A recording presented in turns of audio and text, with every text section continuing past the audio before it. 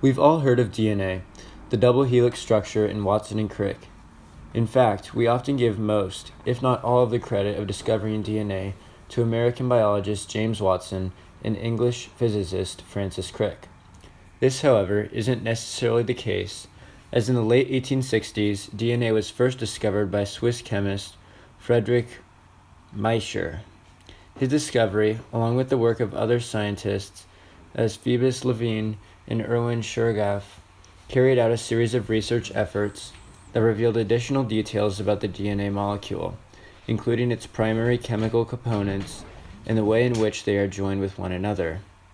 Without crucial discoveries and observations noted by these scientists, Watson and Crick may have never been able to make their groundbreaking discoveries on three-dimensional double helix structure of DNA.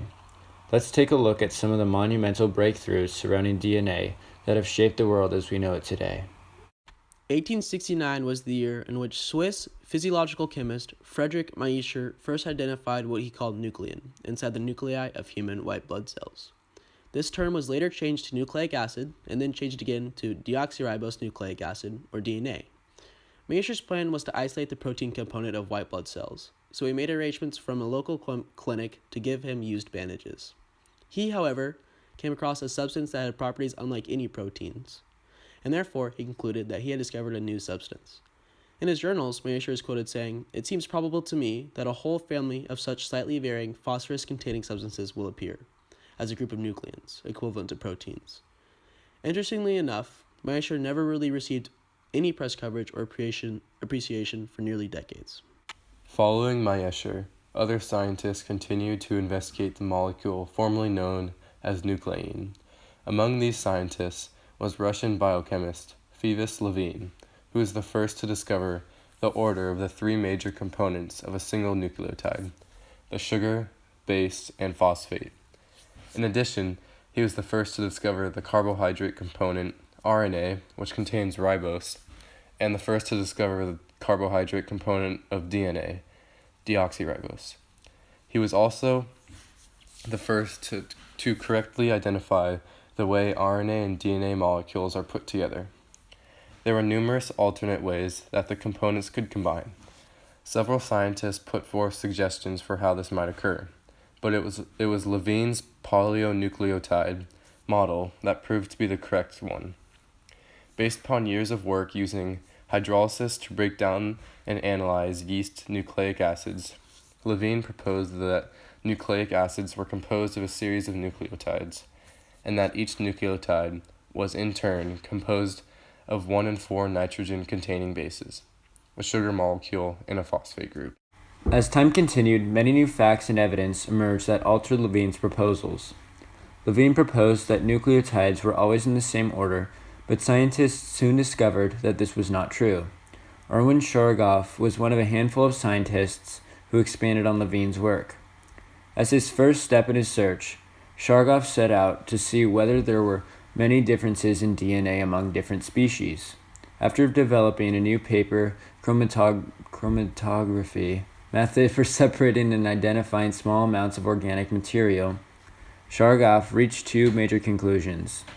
First, he noted that the nucleotide composition of DNA varies among species. In other words, the same nucleotides do not repeat in the same order, as proposed by Levene. Second, Chargaff concluded that almost all DNA, no matter what organism or tissue type it comes from, maintains certain properties, even as its composition varies. The total amount of purines, A plus G, and the total amount of pyrimidines, C plus T, are usually nearly equal. But Chargaff himself could not explain these relationships specifically, that A bound to T and C bound to G within the molecular structure of DNA.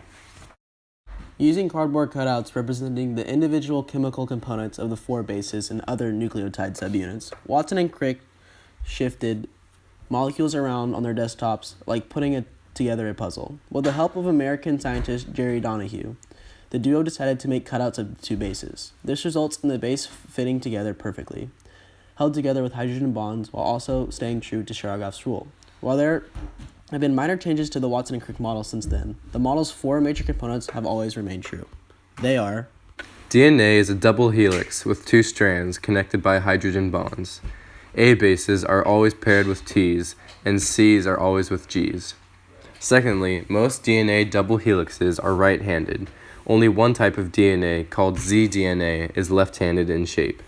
Thirdly, DNA double helix is anti-parallel, which means that the 5' end of one strand is always paired with the 3' end of its complementary strand, and vice versa. Lastly, the outer edges of the nitrogen-containing bases are exposed and available for all potential hydrogen bonding as well. These hydrogen bonds provide easy access to the DNA for other molecules. Of course, Watson and Crick played a vital role in discovering the structure of DNA, and their legacy will continue to shape the way that we understand science down to its rudimentary form. There is, however, much credit due to the scientists who preceded them, and due to that, it is important to recognize their discoveries and influence on science as we know it today. As recently as last month, knowledge about DNA was applied in a study about Egyptian mummies. Using DNA from mummies, scientists are gaining deeper insight into the history of ancient Egypt.